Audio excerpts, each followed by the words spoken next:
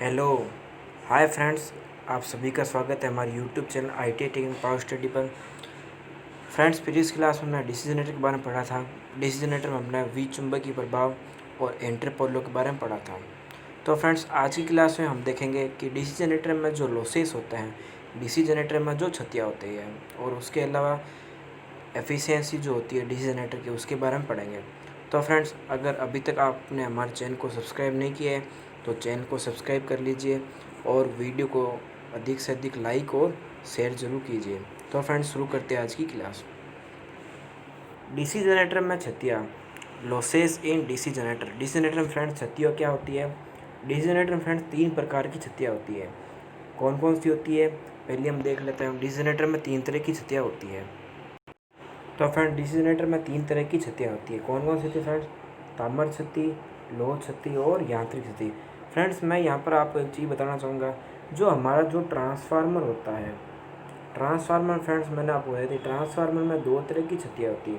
Transformer friends Tomar क्षति और लोह क्षति 2 ही तरह की क्षति होती है। लेकिन डीसी जनरेटर में फ्रेंड्स 3 तरह की क्षति होती है। 3 कौन कौन सी? तामर क्षति, लोह क्षति और यांत्रिक क्षति।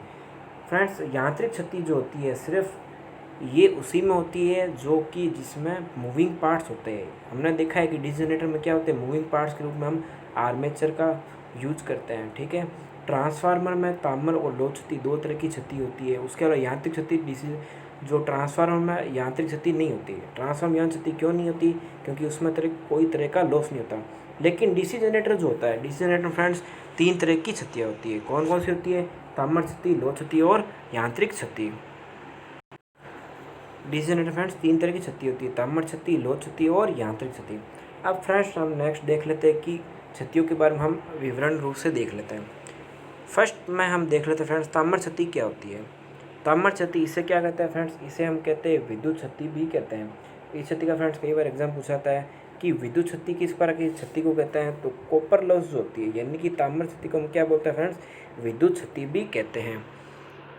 इस क्षति का मान क्या होता है? लोड परिवर्तन से बदलता है। अब ये भी एग्जाम पूछा जा सकता है कि किस क्षति का मान लोड परिवर्तन से चेंज होता है।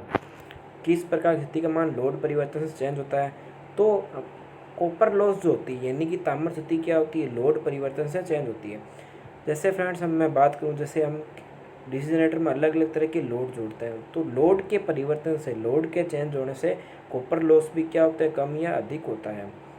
अब ये इस प्रकार की क्षति होती किसके कारण है, वो हम नेक्स्ट देख लेते हैं। ये क्षति आर्मेचर और फील्ड वाइंडिंग के प्रतिरोध और ब्रश के संपर्क के कारण होती है। फ्रेंड्स, कॉपर लॉस जो होती है आर्मेचर, यानी कि मैं बात करूँ, आर्मेचर क्या होता है? डीसी मशीन में घूर्णन करता है। आर्मेचर में क्या होती है? ईएमएफ उत्पन्न होती है। तो वही ईएमएफ क्या लेता है? लोड लेता है। तो आर्मेचर हम क्या करते हैं? वाउंड करता है, यानी कि आर्मेचर में क्या करते हैं फ्रेंड्स? हम कॉपर वाइंडिंग करते हैं। आर्मेचर में क्या करते हैं? कॉपर वाइंडिंग करते हैं। उसके अलावा जो फील्ड वाइंडिंग होती है, फील्ड वाइंडिंग भी क्या करता है? हम वाइंडिंग करते हैं। और उसके अलावा जो ब्रश है, ब्रश भी क्या होता है? ब्रश जो होता है कम्यूटेटर पर संपर्क होती है। तो फ्रेंड्स, तामर क्षति किस किस के कारण होती है? आर्मेचर क्षति फ्रेंड्स क्या होती है? तो फ्रेंड्स, तामर क्षति क्या होती है? तामर क्षति का रीजन क्या होता है कि आर्मेचर और फील्ड वाइंडिंग का जो रेजिस्टेंस होता है और ब्रश का जो संपर्क होता है, उसके कारण फ्रेंड्स क्या होती है? कॉपर लॉस होती है। कॉपर लॉस फ्रेंड्स इंपॉर्टेंट हो सकता है, एग्जाम के दृष्टिकोण देखा जाए कई बार इसमें से इंपॉर्टेंट क्वेश्चन भी बन जाते हैं। ठीक है, कि किस प्रकार की क्षति का मान लोड परिवर्तन से बदलता है। तो तामर क्षति का मान फ्रेंड्स क्या होता है? लोड परिवर्तन से बदलता है। तामर क्षति का मान फ्रेंड्स क्या होता है? लोड परिवर्तन से बदलता है। उसके अलावा फ्रेंड्स, यह क्षति होती किसके कारण है? तो यह क्षति होती है आर्मेचर फील्ड वाइंडिंग का जो रेजिस्टेंस होता है। ठीक है, आर्मेचर फील्ड वाइंडिंग का जो रेजिस्टेंस होता है और ब्रश का जो संपर्क होता है। ब्रश का फ्रेंड्स संपर्क किसके साथ होता है? कम्यूटेटर के साथ होता है। ब्रश का संपर्क किसके साथ होता है फ्रेंड्स? कम्यूटेटर के साथ होता है। ठीक है। अब फ्रेंड्स, हम नेक्स्ट देख लेते हैं लोह क्षति के बारे में। लोह क्षति फ्रेंड्स क्या होती है कि लोह क्षति होती किसके कारण है? लोह क्षति होती है फ्रेंड्स, लोह क्षति फ्रेंड्स क्या होती है, हम देख लेते हैं। लोह क्षति होती है फ्रेंड्स हिस्टेरिसिस क्षति, सॉरी, लोह क्षति में फ्रेंड्स, लोह क्षति होती किसके कारण है? तो लोह क्षति होती है आर्मेचर और फील्ड वाइंडिंग की जो कोर होती है। मैं बात करता हूँ फ्रेंड्स, आर्मेचर वाइंडिंग की जो कोर होती है उसी में फ्रेंड्स क्या होती है? लोह क्षति होती है। आर्मेचर हम देखते हैं कि फ्रेंड्स हम क्या करते हैं? आर्मेचर को हम क्या बनाते हैं फ्रेंड्स, लेमिनेटेड बनाते हैं। आर्मेचर को क्या बनाते हैं फ्रेंड्स, हम लेमिनेटेड बनाते हैं। लेमिनेटेड क्यों बनाते हैं, ताकि उसमें एडी करंट लॉस का मान कम रह सके, ठीक है। तो आर्मेचर फील्ड वाइंडिंग की कोर में होती है। अब उसकी फील्ड वाइंडिंग क्या आप और जानते हैं, कोर जो होती है, कोर भी क्या बनती है, आयरन से ही बनती है, यानी कि मैं बात करूँ कास्ट स्टील या कास्ट आयरन से बनाई जाती है, ठीक है। अब लोह छत्ती को फ्रेंड्स हम दो भाग में डिवाइड करते हैं। लोह छत्ती को फ्रेंड्स दो भाग में डिवाइड करते हैं। कौन कौन सी होती है, एक तो हिस्टैरिसीस और दूसरी कौन सी होती है, एडी करंट लॉस होती है। हिस्टैरिसीस फ्रेंड क्या होती है कि कोर जो होती है, ट्रांसफार्मर की कोर हो चाहे डीसी जनरेटर की कोर हो, ठीक है, कोई भी कोर है, कोर बननी हुई तो किसी ना किसी मटेरियल से ही होती है। तो कोई भी कोर है वो क्या होती है फ्रेंड्स, चुंबकित और विचुंबकित होती है, यानी कि एक बार क्या बनेगी वो चुंबक बनेगी और एक बार क्या बनेगी वो विचुंबकित होगी। तो इस प्रकार जो लॉस होगा हमारे, इस प्रकार फ्रेंड्स क्या होगा हमारे को जो लॉस होता है, इस प्रकार जो हमारे क्या होता है फ्रेंड्स लॉस होता है, उसको फ्रेंड्स हम क्या बोलते हैं, हिस्टैरिसीस लॉस कहते हैं। अब फ्रेंड्स नेक्स्ट हम देख लेते हैं कि किस प्रकार की क्षति को हम क्या बोलते हैं, नियत या स्ट्रे क्षति बोलते हैं। तो लो क्षति को फ्रेंड्स हम क्या बोलते हैं, नियत या स्ट्रे क्षति बोलते हैं।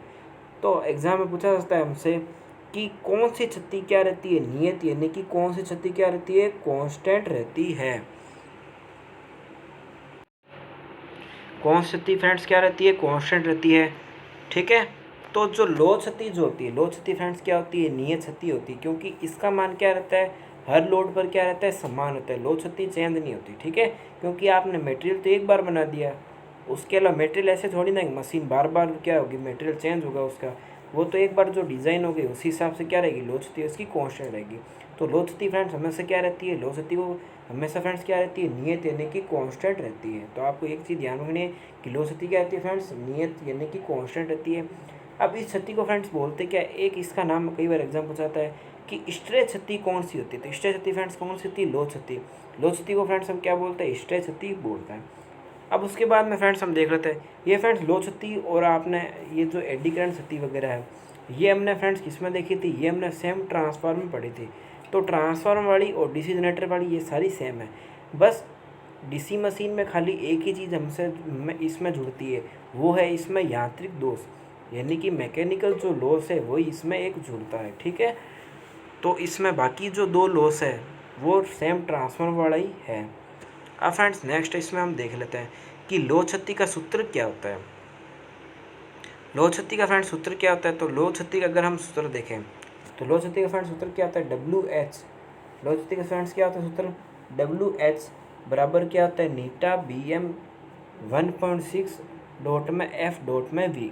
WH मीन्स क्या होता है, हिस्टैरिसीस लॉस। WH मतलब क्या होता है फ्रेंड्स, हिस्टैरिसीस लॉस, यानी कि जो शैथिल्य हानि होती है, यानी कि हिस्टैरिसीस जो लॉस होता है, यानी कि शैथिल्य हानि, वो क्या होती है, WH। फ्रेंड्स यहाँ पर कई बार एग्जाम में एक क्वेश्चन इंपॉर्टेंट पूछा जाता है जिसको आपको अवश्य ध्यान में रखना है। वो मैं आपको क्वेश्चन बताता हूँ कि छत्तियाँ जो होती है, छत्तियाँ किस में मापी जाती है, तो छत्तियाँ फ्रेंड्स मापते हैं हम वाट में। ये फ्रेंड्स आपको चीज़ ध्यान में रखनी है कि छत्तियाँ किस में मापी जाती है, छत्तियाँ मापते हैं फ्रेंड्स हम वाट में। ये एग्जाम पूछा जाता है क्वेश्चन, ये इंपॉर्टेंट, आप ज़रूर नोट डाउन कीजिएगा कि छत्तियों को किस में मापा जाता है। तो छत्तियों को फ्रेंड्स हम मापते हैं वाट में, ठीक है, क्योंकि ये सारा हम ये WH वगैरह क्या है, एक तरह का क्या है, वाट ही है, ठीक है। WH यानी कि हिस्टैरिसीस लॉस। लॉस यानी क्या होता है, I²R, ठीक है। लॉस क्या होता है, यानी कि मैं अगर ताम्र क्षति की बात बताऊँ, ताम्र क्षति क्या होता है, I²R होती है। तो W जो होता है, W क्या होती है, शक्ति होती है, ठीक है। तो क्षतियाँ जो होती है हमेशा किस में मापी जाती है, वाट में मापी जाती है। तो आप जरूर ध्यान में रखिएगा। नेक्स्ट फ्रेंड्स हम आगे बात कर लेते हैं। WH क्या होता है, हिस्टैरिसीस लॉस होता है। उसका नीटा जो होता है, हिस्टैरिसीस नियतांक। BM क्या होता है, अधिकतम चुंबकीय फ्लक्स, यानी कि जो मैक्सिमम जो चुंबकीय फ्लक्स है वो क्या होता है, BM होता है, ठीक है। अधिकतम जो चुंबकीय फ्लक्स होता है, यानी कि ये आपके पास में BM क्या होता है, ये होता है, ठीक है। उसके बाद में F यानी कि फ्रिक्वेंसी ये हमारे पास में फ्रिक्वेंसी यानी कि अधिकतम चुंबकीय फ्लक्स। उसके बाद में F क्या है, आवृत्ति। उसके बाद V क्या है, कोर का आयतन। तो फ्रेंड्स एक बार ITA में ये क्वेश्चन पूछा गया था कि इस सूत्र में जो V है, अब फ्रेंड्स एक बार ये ITA में क्वेश्चन पूछा गया है कि इस सूत्र में जो V है, इस सूत्र में जो V है, V किसको डिनोट करता है। फ्रेंड्स ये इसी टाइप का क्वेश्चन DMRC में भी देखने को मिल रहा है, ठीक है। तो आप सूत्र में जो चीज़ें दे रखी है उनको भी ध्यान में रखिएगा, जैसे कि WH है, एन नीटा है, बी एम है, एफ है, तो इनको क्या क्या कहते हैं। तो आपको इनको भी चीज़ों को ध्यान में रखना है, क्योंकि एग्ज़ाम में आजकल ये भी चीज़ें पूछने लगे हैं। ठीक है, तो एफ़ क्या किसको डिनोट करता है, एफ़ करता है फ्रिक्वेंसी यानी कि आवृत्ति को, वी किसको डिनोट करता है, कोर के आयतन को। ठीक है, और नीटा किसको करता है, नीटा हमारे पास में ये है। ठीक है, नीटा किसको डिनोट करता है, हिस्टैरिसीस नियतांक यानी कि हिस्टैरिसीस जो कांस्टेंट होता है उसको डिनोट करता है। नेक्स्ट फ्रेंड जो छत्ती है उसके बारे में देख लेते हैं। नेक्स्ट फ्रेंड्स क्या है, eddy current loss. Eddy current जो लॉस है फ्रेंड्स ये किसका भाग है, एडी करंट जो लॉस है फ्रेंड्स ये है हमारे पास में ये जो आयरन लॉस होता है, आयरन जो लॉस होता है उसी का ये टाइप है। ठीक है, आयरन लॉस का दूसरा टाइप क्या है, eddy current loss. Iron loss को हम दो भाग में डिवाइड करते हैं फ्रेंड्स। पहला क्या होता है, हिस्टैरिसीस लॉस। पहला क्या होता है फ्रेंड्स, हिस्टैरिसीस लॉस होता है। ठीक है, तो फ्रेंड्स आयरन लॉस होता है, आयरन लॉस को हम दो भाग में डिवाइड करते हैं। कौन कौन से, एक तो होता है हिस्टैरिसीस लॉस यानी कि एच, और ई यानी एडी करंट लॉस। ठीक है, तो हिस्टैरिसीस लॉस को हम दो भाग में बांटते हैं, यानी कि सॉरी आयरन लॉस जो होता है, आयरन लॉस यानी कि लो क्षति जो होती है, लो क्षति को हम दो भागों में डिवाइड करते हैं। कौन कौन सी होती है, एक होती है सेथिल यानी कि हिस्टैरिसीस लॉस, उसके बाद में देखते हैं एडी करंट क्षति यानी कि जिसको हम क्या बोलते हैं फ्रेंड्स, भंवर धारा कहते हैं। अब फ्रेंड्स नेक्स्ट हम देख लेते हैं कि एडी करंट क्षति क्या होती है। इस प्रकार की जो क्षति होती है, इस प्रकार की क्षति में फ्रेंड्स क्या होती है कि कोर में अनावश्यक धारा का क्या होता है, प्रभाव होती है। एडी करंट लॉस फ्रेंड्स अगर हमारे पूछ ले कि एडी करंट लॉस क्या होता है, तो एडी करंट लॉस फ्रेंड्स क्या होता है कि इस प्रकार क्षति में क्या होती है, कोर में क्या होती है फ्रेंड्स, अनावश्यक रूप से क्या होती है, विद्युत धारा का प्रवाह होता है। कोर में क्या होती है फ्रेंड्स, अनचाही विद्युत धारा का प्रवाह होता है। हम देखते हैं फ्रेंड्स किसी भी सर्किट में अगर अनचाही धारा का प्रवाह होता है, चाहे वो कोई सा भी सर्किट हो, तो उसमें क्या होती है, हमेशा लॉस ही होता है। ठीक है, तो जो हमारे पास में मान लो आर्मेचर है या फिर डीसी मशीन है, तो उसकी जो कोर में अनावश्यक जो धाराएं बह रही है, ठीक है, उसी को फ्रेंड्स हम क्या बोलते हैं, एडी करंट लॉस कहते हैं। ठीक है, अब एडी करंट लॉस से फ्रेंड्स नुकसान क्या होती है, इससे कोर फ्रेंड्स क्या होती है, गर्म हो जाती है। ठीक है, कोर जो होती है यानी कि जो हम बात करते हैं उसकी बॉडी की, ठीक है, जो कोर बनती है यानी कि कोर हम किससे बनाते हैं, सिलिकॉन स्टील से बनाते हैं। ठीक है, तो जो कोर होती है, आर्मेचर कोर जो होती है, वो क्या होती है फ्रेंड्स, गर्म हो जाती है। ठीक है, एडी करंट लॉस से क्या होती है कि अनावश्यक धाराएं क्या होती है उसमें बहती है। अब एडी करंट लॉस को दूर करने के फ्रेंड्स क्या करना चाहिए, अगर एडी करंट लॉस किसी में हो, किसी डीसी मशीन में अगर एडी करंट लॉस हो, तो मैंने आपको फ्रेंड्स डीसी जनरेटर में बताया था, अगर एडी करंट लॉस किसी डीसी मशीन में हो या फिर ट्रांसफार्मर में हो, तो इस दोष को दूर करने के लिए क्या करना चाहिए कि हमारे को कोर जो होती है, कोर क्या करनी चाहिए फ्रेंड्स, हमारे को कोर क्या करनी चाहिए, लेमिनेटेड बनानी चाहिए। ठीक है, कोर क्या करनी चाहिए फ्रेंड्स, लेमिनेटेड बनानी चाहिए।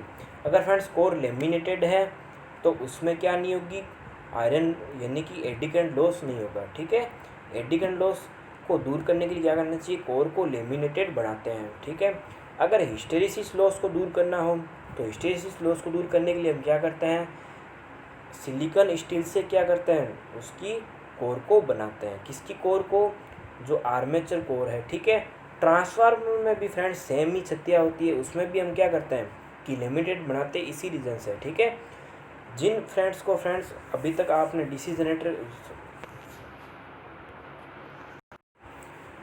मैं यहाँ पर सर बात सबको बताना चाहूँगा एक फ्रेंड्स, ये हमारा चैप्टर कंप्लीट होने वाला है, तो जिन भी बच्चों ने ये चैप्टर नहीं देखा हो, प्रीवियस में क्लास अटेंड नहीं किया हो, तो वो ज़रूर क्लास को अटेंड कर लें।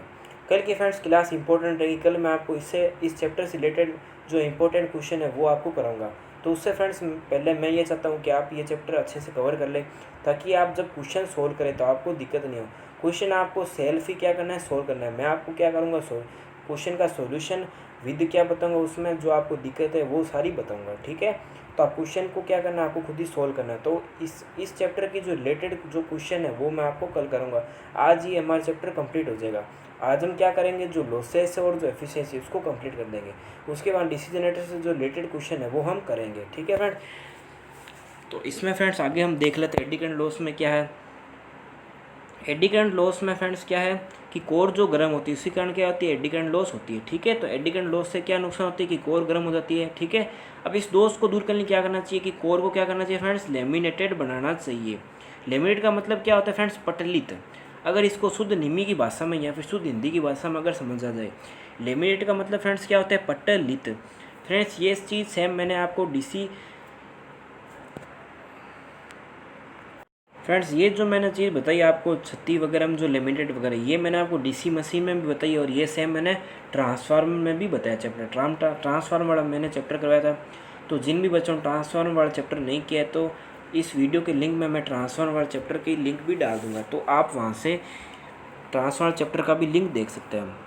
ठीक है, अब फ्रेंड्स नेक्स्ट हम देख लेते हैं आगे। एडी करंट जो शक्ति होती है, एडी करंट शक्ति का मान फ्रेंड्स क्या होता है? एडी करंट शक्ति का मान फ्रेंड्स क्या होता है? कुल शक्ति का कितना होता है? 20 से 30% होता है। तो एग्जाम में ये भी पूछा जाता है कि ये जो शक्ति होती है इसका मान कुल शक्ति कितना होता है? 20 से 30% होता है। ठीक है, कुल शक्ति कितना होता है? 20 से 30% होता है। अब इसका फ्रेंड्स हम सूत्र देख लेते हैं। सूत्र इसका क्या होता है? WE बराबर BM²F² डॉट में T²। F का मतलब क्या होता है? इसमें फ्रीक्वेंसी होती है सेम, और T का मतलब क्या होता है? T यहाँ पर मैं लिख दिया। T का मतलब क्या होता है? लेमिनेशन की मोटाई, यानी कि आप जो लेमिनेशन ले रहे हो, यानी कि आप पटली जो बना रहे हो उसको, यानी कि इस लॉस को दूर करने की आप क्या करोगे? कोर को क्या करोगे? लेमिनेटेड बनाओगे। ठीक है, तो उस लेमिनेशन की कितनी मोटाई रख रहे हो। ठीक है, तो वही इसमें क्या होती है? टी होती है। उसके बाद हम देख लेते हैं कि WE मतलब क्या होती है? एडी करंट होती है। बाकी मैंने आपको चीज़ बताया दी, बाकी इसमें सेम चीज़ है। BM क्या होता है? मैक्सिमम चुंबकीय फ्लक्स होता है, और फ्रिक्वेंसी क्या होती है? इसमें आवृत्ति होती है। ठीक है, अब नेक्स्ट फ्रेंड इसमें आगे हम देख लेते हैं। अब फ्रेंड्स नेक्स्ट हमारे पास शक्ति, नेक्स्ट कौन शक्ति है? यांत्रिक शक्ति। यांत्रिक शक्ति यानी कि इसको बोलते हैं फ्रेंड्स हम मैकेनिकल लॉस। अब मैकेनिकल लॉस होता किसी कारण है? तो यह शक्ति होती है आर्मेचर की वायु के घर्षण से। यानी कि फ्रेंड्स मैं बात करूँ डीसी मशीन में क्या होता है? आर्मेचर क्या करता है? चुंबक की तरफ बीच में क्या करता है फ्रेंड्स? रोटेशन करता है। ठीक है, आर्मेचर जो होता है क्या करता है? पोल के बीच में क्या करता है? रोटेशन करता है। ये हमारे पास N पोल है और S पोल है, ये क्या हमारे पास में आर्मेचर है। तो आर्मेचर क्या करता है? रोटेशन करता है। ठीक है, पोल के बीच में क्या होता है? आर्मेचर रोटेशन करता है। ठीक है, तो ये जब रोटेशन करता है, ठीक है, तो वायु जो होती है, आर्मेचर क्या करता है? वायु से घर्षण करता है। ठीक है, कोई भी चीज़ जब रोटेट करती है फ्रेंड्स, ठीक है, तो वायु उसके अंदर क्या आती है? प्रवेश करती है। वायु को तो ज़्यादा स्थान नहीं चाहिए होता, आपको पता है। तो वायु उपस्थिति के लिए हम क्या बनाते हैं? उसमें थोड़ी बहुत स्पेस भी रखते हैं। एंड कवर में हम क्या रखते हैं? स्पेस भी रखते हैं, ताकि उस मशीन की क्या हो सके? कूलिंग भी हो सके। ठीक है, तो उस सिचुएशन होता क्या है कि वायु क्या होती है? मशीन में प्रवेश कर जाती है। तो वो वायु क्या करती है फ्रेंड्स? आर्मेचर से क्या करती है? घर्षण करती है। जिसके कारण फ्रेंड्स क्या होता है? यांत्रिक शक्ति मशीन में उत्पन्न हो जाती है। यानी कि मैकेनिकल लॉस इसी कारण होता है, आर्मेचर के वायु के घर्षण से। उसके अलावा जो बेरिंग होती है, बेरिंग भी क्या होती है? यांत्रिक भाग से जुड़ता है। बेरिंग किससे जुड़ी होती है? बेरिंग जुड़ी होती है फ्रेंड्स जो हमारे डीसी मशीन की जो शाफ्ट होती है, शाफ्ट के पीछे क्या लगी जाती है? बेरिंग लगी जाती है। तो आर्मेचर के वायु के जो घर्षण होते हैं, और बेरिंग क्या होती है फ्रेंड्स? बेरिंग हम क्या लगाते हैं? डीसी मशीन का जो आर्मेचर होता है, आर्मेचर बेरिंग के माध्यम से आसानी से घूमता है। तो आर्मेचर जो होता है, यानी मैं बात करूँ आर्मेचर किस पर स्थापित करते हैं? आर्मेचर हम करते हैं शाफ्ट पर। आर्मेचर है, शाफ्ट है, और जो कम्यूटेटर है, सारी किस पर स्थापित होती है? शाफ्ट पर स्थापित होती है। यानी कि मैं बात करूँ कम्यूटेटर होता है, आर्मेचर होता है। ठीक है, तो ये दोनों किस पर स्थापित? ये किस पर स्थापित है फ्रेंड्स? शाफ्ट पर होता है। तो शाफ्ट किसके अंदर फिट होती है? तो ये होती है फ्रेंड्स बेरिंग के अंदर। जिन बच्चों को पता नहीं है तो आप मेरी प्रीवियस क्लास भी देख सकते हैं, उसमें मैंने बेरिंग वगैरह के बारे में स्टार्टिंग में आपको बता रखा है कि बेरिंग का क्या काम होता है, बेरिंग किस लिए काम होती है। बेरिंग क्या करती है फ्रेंड्स? शाफ्ट को आसानी से घूमने के लिए क्या करते हैं? सरलता प्रदान करती है। ठीक है, उसके अलावा जो ब्रश जो होते हैं, ठीक है, उसके अलावा जो ब्रशों के कम्यूटेटर के जो घर्षण होते हैं, उसके कारण फ्रेंड्स क्या उत्पन्न होती है?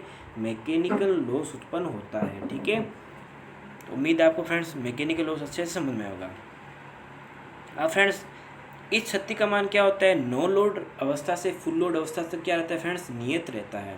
ठीक है, जो मैकेनिकल जो लॉस होते हैं उसका मान फ्रेंड्स क्या होता है? इस लॉस का मान भी फ्रेंड्स क्या रहता है? नियत रहता है। ठीक है, अब फ्रेंड्स मैंने आपको नीचे इंपॉर्टेंट चीज़ें बता रखी है जो कि एग्जाम दृष्टिकोण से इंपॉर्टेंट है।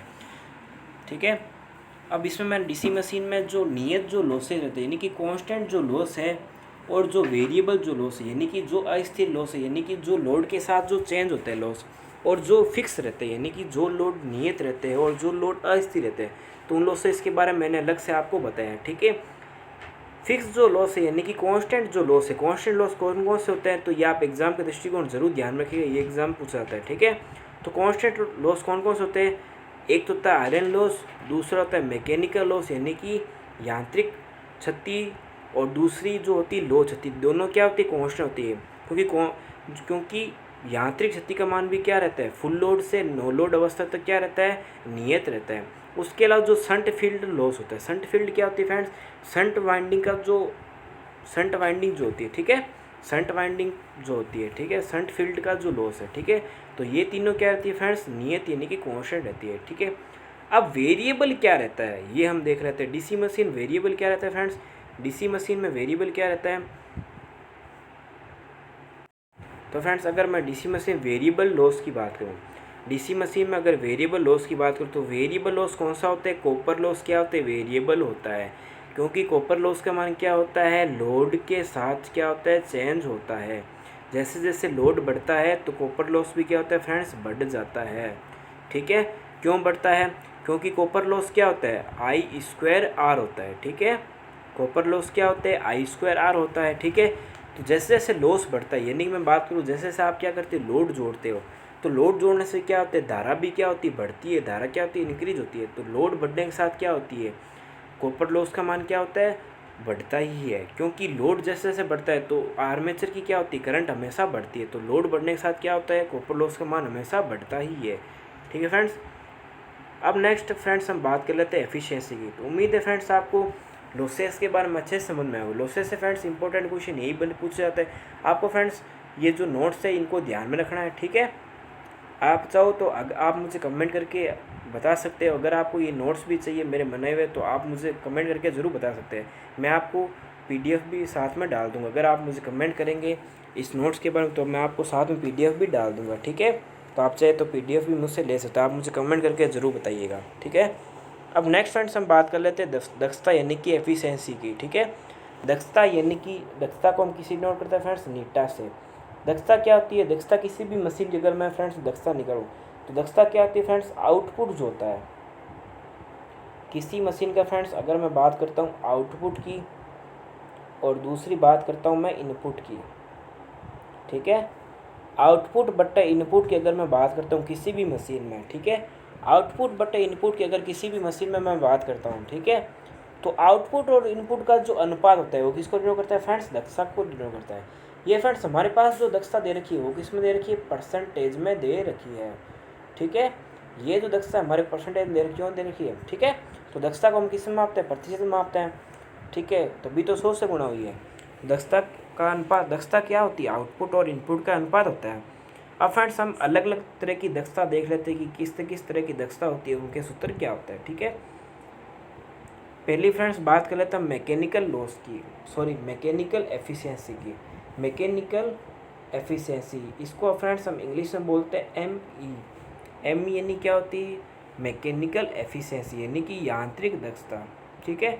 यांत्रिक दक्षता क्या होती है, आपकी जो आउटपुट में विद्युत शक्ति है और इनपुट में यांत्रिक शक्ति है। फ्रेंड्स अगर मैं मैकेनिकल दक्षता को समझाना चाहूँ तो ये क्या होती है, आउटपुट और इनपुट का अनुपात होती है। अब फ्रेंड्स डीसी जनरेटर में हमने देखा है, डीसी जनरेटर फ्रेंड्स क्या करता है, डीसी जनरेटर में हम फ्रेंड्स क्या करते हैं, तो फ्रेंड्स इस सूत्र में हम देख लेते हैं कि सूत्र में क्या लिख रखा है, हमारे को आउटपुट और इनपुट का अनुपात दे रखा है।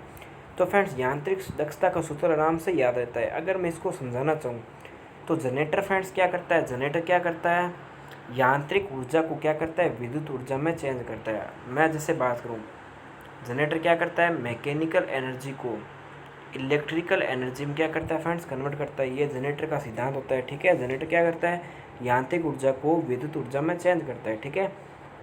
तो हमारे पास सूत्र क्या है, उत्पन्न वैद्युतिक शक्ति यानी कि आउटपुट में हमारे को जनरेटर से क्या मिलती है, इलेक्ट्रिसिटी मिलती है, ठीक है। आउटपुट में जनरेटर में हमसे क्या मिलती है, हमारे को क्या मिलती है, इलेक्ट्रिसिटी यानी कि विद्युत शक्ति मिलती है, ठीक है। अगर विद्युत शक्ति का मैं सूत्र बनाऊँ तो विद्युत शक्ति क्या होती है, पावर यानी क्या होती है, V इंटू में आई। तो यहाँ पर V की जगह क्या है, E है, ठीक है। E यानी कि EMF, जो EMF उत्पन्न होता है आर्मेचर के अंदर, ठीक है। EMF जो उत्पन्न होता है डीसी जनरेटर के अंदर, जो आर्मेचर होता है उसमें जो EMF उत्पन्न है उसको हम क्या बोलते हैं, V बोलते हैं, ठीक है। तो E इंटू में आई है। तो ये क्या है, हमारे पास में वैद्युतिक शक्ति है जो कि जनरेटर से हमसे आउटपुट में मिलती है हमारे को, ठीक है। इनपुट में यांत्रिक शक्ति क्या है, इनपुट में BHP क्या होती है, ये क्या होती है, यांत्रिक होती है, ठीक है। इसको हम यांत्रिक शक्ति बोलते हैं। BHP क्या होती है फ्रेंड्स, यांत्रिक शक्ति होती है, ठीक है। BHP इंटू में 735.5, ठीक है। तो ये हमारे पास यांत्रिक दक्षता का सूत्र आ गया, ठीक है। तो उम्मीद है फ्रेंड्स आपको यांत्रिक दक्षता समझ में आ गई होगी, ठीक है। अब फ्रेंड्स आगे हम देख लेते हैं यांत्रिक दक्षता। हम फ्रेंड्स कुछ नहीं है, E इंटू IA का अनुपात है, और अपॉन में क्या है, bhp पी इंटू 735.5। bhp किसके लिए है, क्योंकि हमारे को पता है कि यांत्रिक जो शक्ति होती है वो क्या होती है, bhp में मापते हैं। ठीक है, bhp को फ्रेंड्स हम क्या बोलते हैं, bhp को फ्रेंड्स, bhp की अगर मैं बात करूँ, bhp क्या होती है फ्रेंड्स, bhp को हम फ्रेंड्स क्या बोलते हैं, ब्रेक हॉर्स पावर भी बोलते हैं। bhp फ्रेंड्स क्या होती है, ब्रेक हॉर्स पावर। ठीक है, ब्रेक हॉर्स पावर बोलते हैं। ठीक है, bhp को फ्रेंड्स हम क्या बोलते हैं, ब्रेक हॉर्स पावर भी बोलते हैं। bhp को फ्रेंड्स हम क्या बोलते हैं, ब्रेक हॉर्स पावर बोलते हैं। तो उसकी फ्रेंड्स 735.5 क्यों है, क्योंकि 735.5 क्या होता है कि हम, जैसे मैं बात करता हूँ, जैसे HP जो होता है, जैसे मैं बात करूँ 1 HP को अगर हमारे को क्या करना है, वाट में चेंज करना है, तो उस हिसाब से हमने क्या कि 735.5 से गुणा किए किसको, bhp को। ठीक है, तो ये क्या आती है, यांत्रिक शक्ति ही होती है। ठीक है, तो उम्मीद है आपको इसके बारे में अच्छे से समझ में होगा। नेक्स्ट फ्रेंड्स हम बात कर लेते हैं वैद्युतिक दक्षता की। वैद्युतिक दक्षता क्या होती है कि आउटपुट में जो वैद्युतिक शक्ति होती है और उत्पन्न में जो वैद्युतिक शक्ति होती है, यानी कि आउटपुट और जो उत्पन्न हो रही है, आउटपुट में क्या हो रही है, वैद्युतिक शक्ति हो रही है। ठीक है, और उत्पन्न वैद्युतिक शक्ति, यानी फ्रेंड्स अगर मैं वैद्युतिक दक्षता की अगर मैं बात करूँ, ठीक है, वैद्युतिक दक्षता की अगर मैं बात करूँ, आउटपुट वैद्युतिक शक्ति का फ्रेंड्स अगर मैं बात करूँ, तो आउटपुट वैद्युतिक शक्ति का मतलब फ्रेंड्स यहाँ पर अगर यहाँ पर मैं बात करूँ, तो आउटपुट वैद्युतिक शक्ति का मतलब फ्रेंड्स यहाँ पर मतलब सीधा सा किससे, VT से। VT फ्रेंड्स यहाँ पर क्या है, टर्मिनल वोल्टेज, यानी कि जो वोल्टेज हमारे को डीसी जनरेटर के आउटपुट टर्मिनल पर मिल रहा है उसको फ्रेंड्स हम क्या बोलते हैं, आउटपुट शक्ति बोलते हैं, आउटपुट वैद्युत शक्ति बोलते हैं। उसके अलावा जो उत्पन्न जो वैद्युत शक्ति हो रही है, वो वैद्युत शक्ति हो रही है, उसके अलावा जो उत्पन्न जो वैद्युतिक शक्ति हो रही है, ठीक है, उत्पन्न जो वैद्युतिक शक्ति हो रही है, उत्पन्न वैद्युत शक्ति क्या होती है, E इंटू में I है। उत्पन्न जो वैद्युत शक्ति वो होती है, वो क्या होती है, E इंटू आई में आई ए होती है। ठीक है, क्या होती है वो, E इंटू में आई ए होती है, E इंटू में आई ए होती है। हमारे को आउटपुट में क्या मिलता है, डीसी जनरेटर में इलेक्ट्रिकल एनर्जी मिलती है। उत्पन्न क्या हो रही है, उत्पन्न भी अगर फ्रेंड्स इसको मैं, अगर आपको समझ में नहीं आ रहा है इसको दोबारा समझाता हूँ। ठीक है, इसमें ऐसा है फ्रेंड्स कि आउटपुट उत्पन्न जो शक्ति है इनका अनुपात दे रखा है। आउटपुट में हमारे को क्या दे रखा है, जो टर्मिनल वोल्टेज है, जो जनरेटर में हमारे को आउटपुट में वोल्टेज मिल रहा है टर्मिनल, वो क्या आउटपुट वैद्युतिक शक्ति है। उत्पन्न वैद्युतिक शक्ति कौन सी है, जो कि डीसी जनरेटर का जो आर्मेचर है उसमें जो उत्पन्न हो रही है वो वैद्युतिक शक्ति है।